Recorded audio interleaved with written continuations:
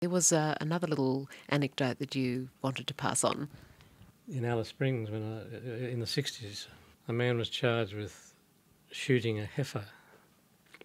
And he was a cook at the Warrego mine outside Tennant Creek, and he'd been into town for a drink, and he was a little Czechoslovakian bloke.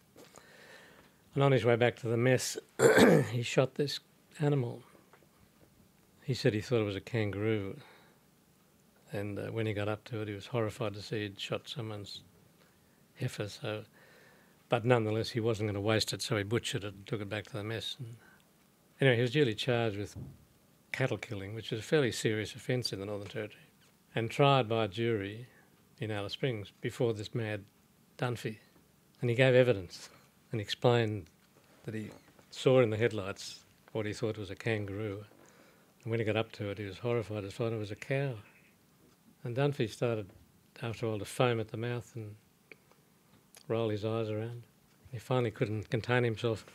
He said, "What nonsense. Everybody knows cows don't hop." The jury acquitted anyway. Aside from Ted Dunphy, who clearly was in a class of his own, were there any other difficult judges that you appeared before or who made your life a bit of a misery as a barrister?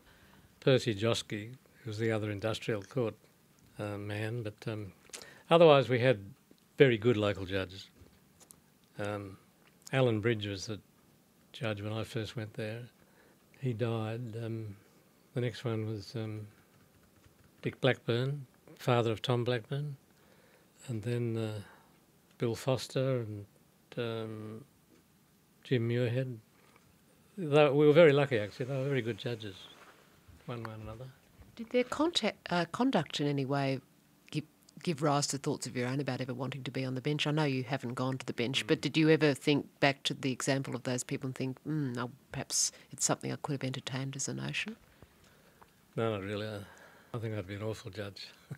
Why do you say that? Well, I'd have to talk to other judges.